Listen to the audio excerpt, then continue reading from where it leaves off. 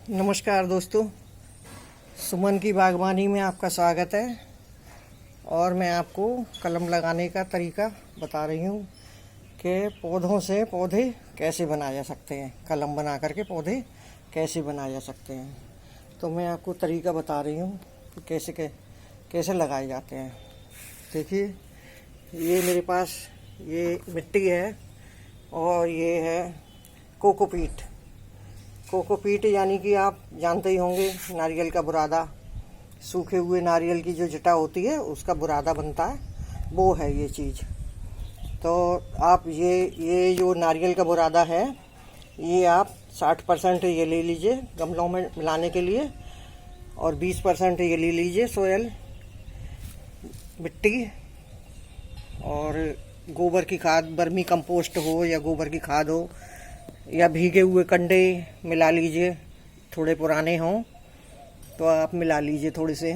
और मिलाने के बाद में आप उसको सारा ये फंगीसाइड है, ये फंगीसाइड है।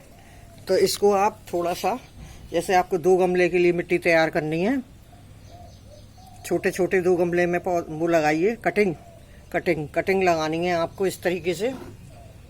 तो आप 2 गमले की तैयार कर लीजिए पहले। ये गार्डन सॉइल और ये कोकोपीट और वर्मी कंपोस्ट हो या कंडे हों, ये तीनों चीज़ है। ऊपर से ये है, कोई भी हो, फंगीसाइड है ये, कोई भी हो, कोई भी ले लीजिए, आधा चम्मच मिला लीजिए 2 गमले के लिए। और ये मेरे पास रूटेक्स पाउडर है। तो ये तीनों चीज़ें मिक्स करने के बाद में, ये 3 चीज़ें मिक्स करके फिर आप इसको, ये रूटेक्स, ये इसमें ऐसे छोटे छोटे गमले ले लीजिए, इस तरीके के छोटे छोटे, जो मैंने भी बनाई है। देखिए, कनेर है, कनेर की बनाई है मैंने, ये एडेनियम के भी बनाए हैं। ये तो मेरे बड़े बड़े पौधे थे एडेनियम की, तो मैंने कटिंग करी हैं, कट कर दिए हैं। ये वाला और ये वाला, और वो मेरे पौधे थे तो मैंने एक बंच थी, उसमें मैंने काट करके ऊपर से घने कर दिए हैं।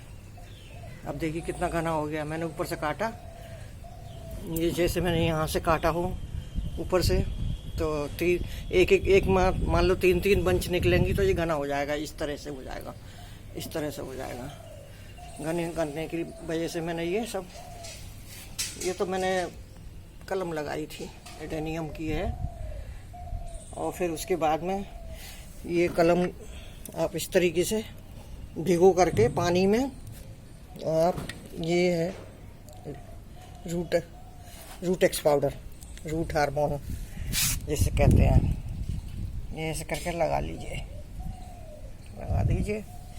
ये मैंने लगा दिया है, देखिए।